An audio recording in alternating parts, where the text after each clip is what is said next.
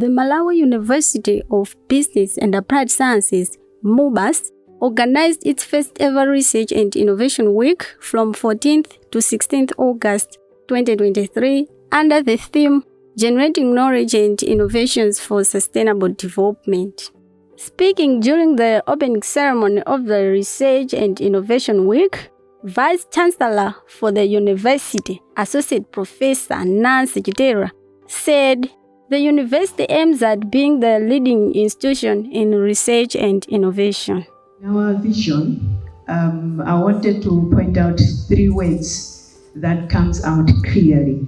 The 3 words that we emphasize on is we want to be a research-intensive university, we want to be an innovative university, and want to be an entrepreneurial university. Guest of honor at the opening ceremony of the Research and Innovation Week, the Acting Director General of National Commission for Science and Technology, Mrs. Gift Katamira, said Malawi is lagging behind in research and innovations, adding that the initiative undertaken by MUBAS can help Malawi to achieve a good ranking on the World Research and Innovations Index. And she reaffirmed her Commission's support towards research and innovations in Malawi.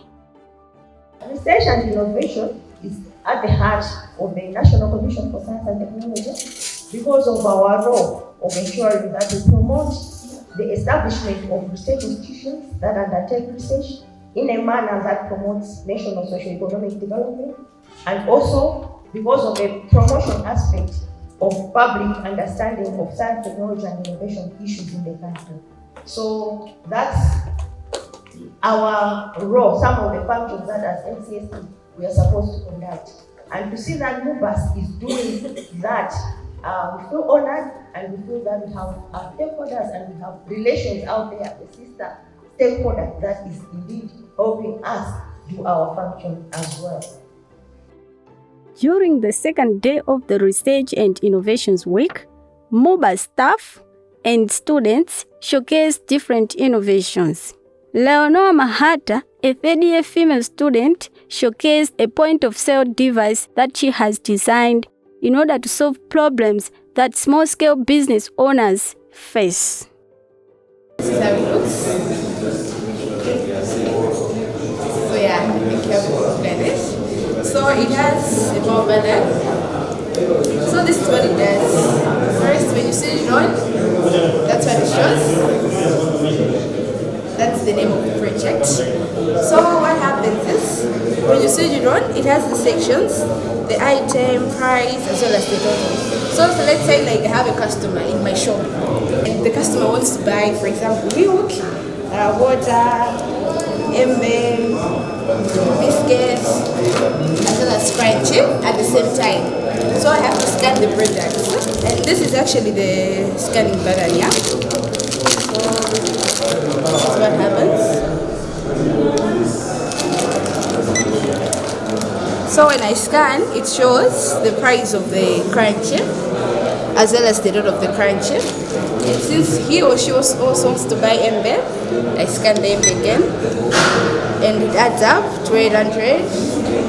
And let's say they also want to buy biscuits called Chibobo, I also have to scan it. So it shows, and this is actually like the total for embe, Krachi, and Chibobo.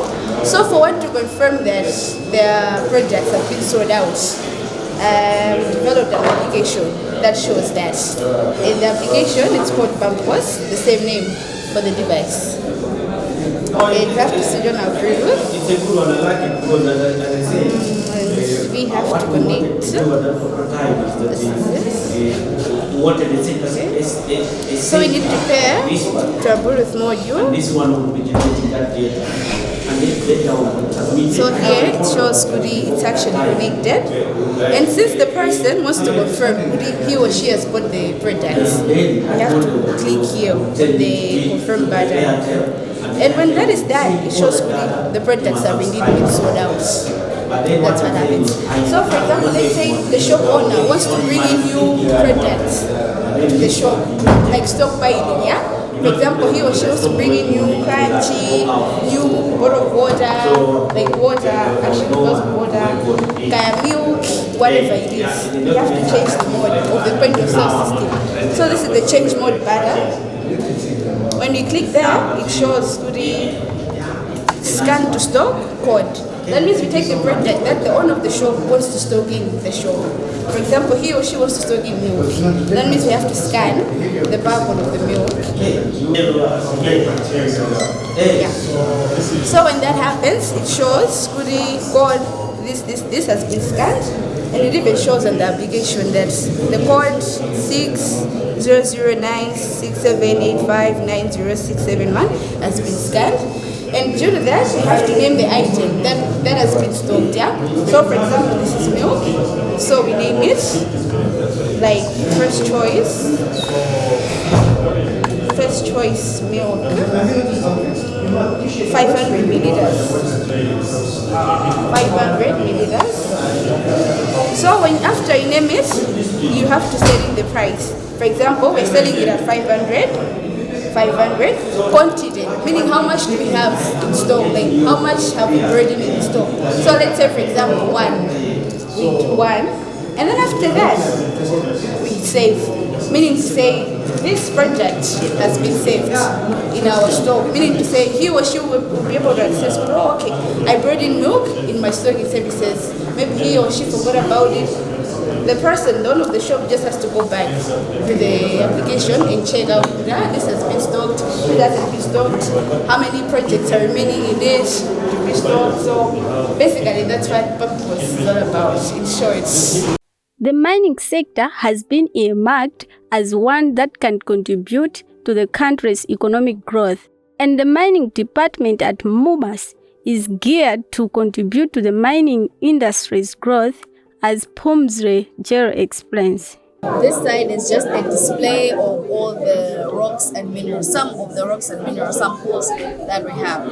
So in order for you to have a rock, it's a combination of different types of minerals. For example, on this desk, we have this mineral. This is rose quartz, this is smoky quartz, and this is another kind of quartz called amethyst. And this is another mineral, it's called feldspar, which is a mixture of, this is feldspar mixed with some of the smoky quartz. This, and this are rocks. Like I said, rocks are a combination of different types of minerals. Now over here we have different types of limestone. For example, here in the mining engineering department, we have a project where we are trying to make our own lime. So in order for you to have lime, you need to collect it from limestone. So limestone comes in different categories. It has different percentages of calcium, and the one with a higher percentage of calcium is the one that is most recommended. So for example, of our 3 samples here, we have the highest concentration or percentage of calcium in this sample, followed by this sample and this sample. But the differences in the color of these 3 different limestone samples is caused by the mineralization. Mineralization is basically the mineral composition of your sample. So for example, this one looks a little reddish because it has more of this mineral here, feldspar, while this one has more magnesium, which is why it is a lighter color. So when we move on from here, we have our instruments that help us in our different tests and analyses in the lab as well as in the field. This first one is called an XRF machine. It helps in elemental analysis. So it helps you to analyze or see the percentages of the minerals in your samples. So what you do with this one is you take it and you shoot it at your sample, whether it's in powder form or in rock form like this, and it can be able within a minute to detect and tell you the mineral percentage and composition in that rock sample. When we move on from this one, we come here to this machine is called a gold label. So what the gold label does is if it tells you whether your sample, because gold is usually found in rivers, so the sample is usually in sand form like this. So what this instrument does is it tells you if your sample, it tells you the percentage or how much gold is in your sample. So what you do with this machine is you take your sample and you put it in here. put it in here, and when you are operating the machine, it tells you what to do, tells you the movements to do, whether to shake it up and down, left and right, and in the end, it tells you the percentage of gold that is in your sample, which can help you in detecting whether the area where you're trying to explore is actually viable or you need to move on to another area. How would it help with the 2063 vision for Malawi is through product making, because mining is not just about finding these minerals, and we need to know what to do next with these minerals. So if we actually focus on value addition with the few minerals that we are able to have, it will greatly help the economic status and livelihood of individuals and just people of Malawi in general. MOBAS is not only there for intellectuals. Young men and women who have not had a chance of completing their education also have an opportunity to learn technical skills such as tailoring, metal fabrication, food processing, and electrical installation through MOBAS Incubation Hub. As Incubation Center, we have 6 programs. We do metal work and woodwork. We do food processing, we do soap making, and we also do tailoring and designing. Right, so at MOBAS Incubation Center, we aim at fostering knowledge and also entrepreneurial skills in the youth. Our target group is ranging from 18 years to about 35 years old, and we target those that have dropped out of school and they have a PSLCE. Generally, we train them in different skills so that they can start their own businesses for sustainability. And out of those skills that we've trained, we've seen some incubate graduates open their own enterprises. We've got graduates that have opened soap making enterprises. We also have others that have introduced bulbs in the name of Ecolite Company, and we are so proud as an incubation center to have such outputs from the programs that we offer. So here are some of our products. From food processing, on display we have peanut butter, we have yogurt, we also have fruit jam and mayonnaise. Here in soap processing or soap making, we do have some products, including the fine gel. This is used for multi-purpose household activities, and we also have floor cleaner here for the floors, and we have hand wash for our hands, and we do also have some shampoo samples that we can make use of. And on this far end here, we have some of our tailoring and designing products.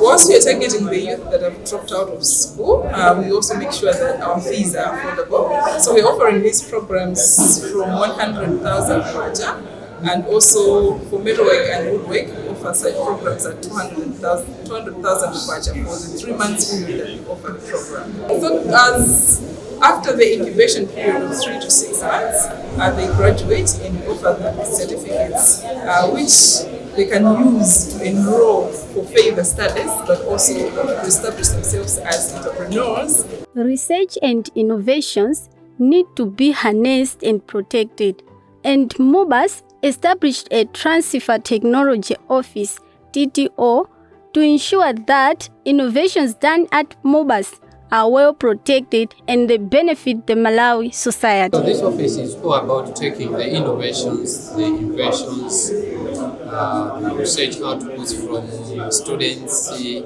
academic staff, technicians, support staff, everyone else, and even the external stakeholders. They might bring an innovation that they think it's very important for the public consumption. So our duty as a tech transfer is to facilitate the protection of the intellectual property, all these innovations, to make sure that they reach out to the society and they benefit the society. Where it needs protection, we protect it. Where it needs engaging the industry for financial assistance, we engage the industry. And where we need to commercialize it, we commercialize it. So this is all about the tech transfer office. We must underscore that the establishment of the office on its own is an achievement. This is the first of a kind in Malawi. We don't have any other tech transfer.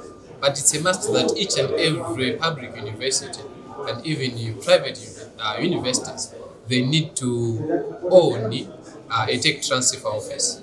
But this is the first one of a kind in Malawi. So we don't have any other tech transfer office in Malawi. And we have come up with a number of innovation disclosures that we have made applications to protect these brilliant innovations to make sure that they are safe from copyrights, just to make sure that they reach out to the society, the innovator benefits, the institution benefits, and the society benefits. So that is also an achievement. We must underscore that the Malawi 2063 agenda is all about industrialization. And then the vision of Mubasi is there to create, to innovate, create and generate. And then the Tech Transfer Office is there to protect the innovations and to make sure that it upscales the innovation to the local community.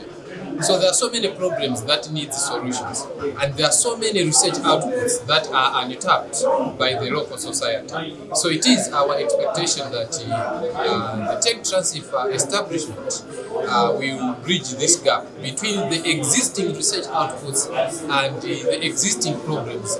So there is a gap between the problems that are there within the local communities and research outputs that are there, innovations that are already existing, but these haven't been transferred.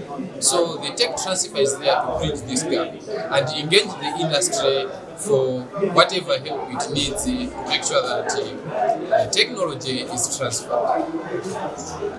Students at MUBAS also had a chance to attend trainings on computer-aided design and digital fabrication, graphics design, and robots and automation during the Research and Innovations Week.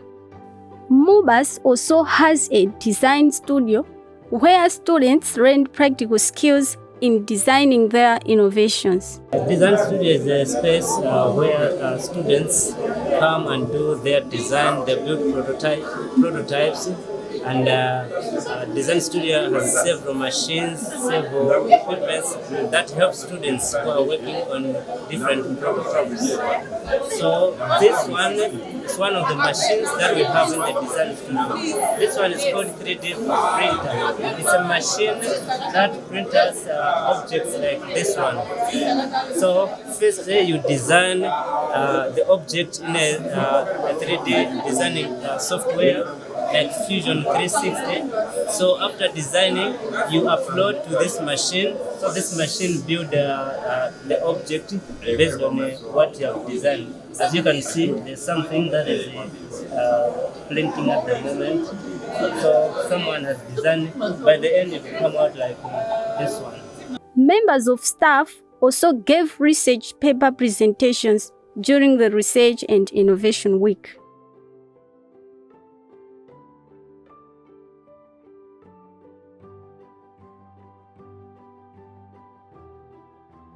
Mr. Wesley Perry, CEO of Spark Systems Limited, delivered a motivational speech during the ceremony for the awards presentation. Perry said researchers and innovators need to develop innovations that are focused on providing solutions. People don't buy innovations, they buy solutions to their problems, Perry emphasizes. But I'll tell you today, most of the innovations, if you want to be innovative, innovations when you're going out there, know that people don't buy innovations. They buy solutions to their problems. So you don't just go there and say, I'm selling you this. Have you done a research of what is their problem? The moment you know what is their problem, so you know how to package your innovations to be able to sell it to the guys.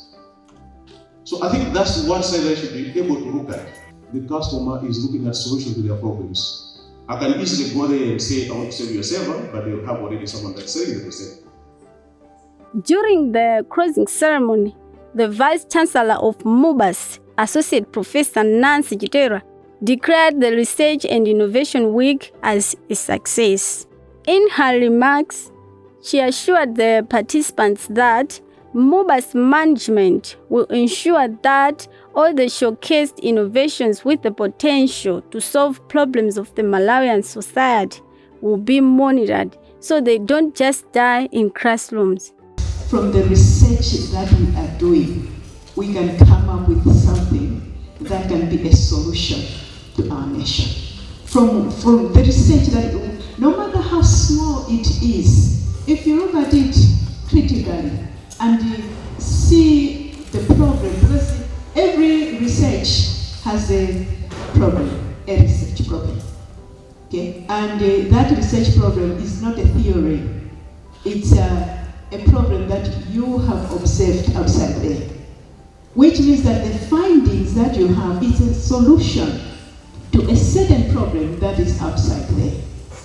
So what remains in most cases is, after we have found the solution, we just shelve it, okay? Whether we publish it, but we don't take it a step further.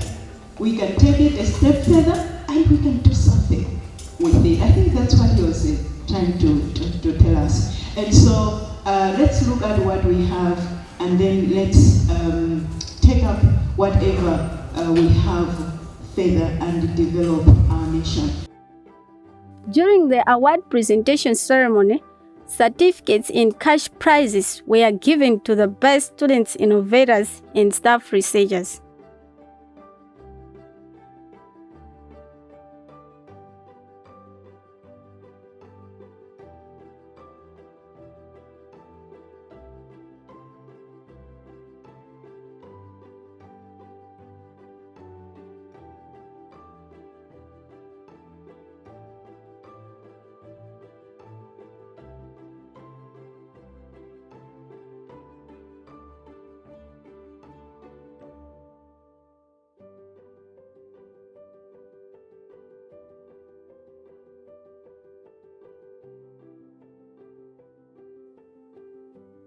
In the Students Innovator category, Leonora Mahata received the Best Student Innovator Award for designing a handheld point-of-sale device. Richard Mlambe received the Best Early Career Researcher Award in the Staff Researchers category. Mlambe said the award will give him more impetus to do more research and publishing. For me, I think this recognition and award is something that something that motivates me to do more as an academic member of staff. There are a lot of problems that our country is facing and even beyond, and I think having the privilege of working at an institution of research like this one, it's an opportunity for me to contribute, and I think with the recognition I'm motivated to do more. So I think my promise is that I think I will try my best to do more and perhaps contribute in terms of research output, and it is my hope also that other awardees, others who have also been recognized, feel the same, and I think they will continue doing so. Even others who maybe were not able for various reasons to be present here. It is my hope that in future, as the university will be continuing with these events, they will all fully participate and indeed contribute as researchers and innovators. At the end of the ceremony, Associate Professor Nancy Chitera shared some insights about the Research and Innovation Week with the media. Yeah, my assessment is that it was a very good week. Of course, it was 3 days, but it was a very good initiative. Why I'm saying so is because actually it has surpassed our expectations. We were overwhelmed with what was presented, the papers that were presented from members of staff to students, the innovations that were presented by the students, by the members of staff. And it has demonstrated that the members were looking forward or are looking for an opportunity to showcase what they are doing, what they are developing, the ideas that they have. They wanted a platform to showcase that they are there. They have solutions to some of the problems that we are facing in this in our country. So this particular week has helped us to identify, and apart from that, it has helped the members of staff and the students to have a platform to display what they can do for the institution, but as well as for the nation.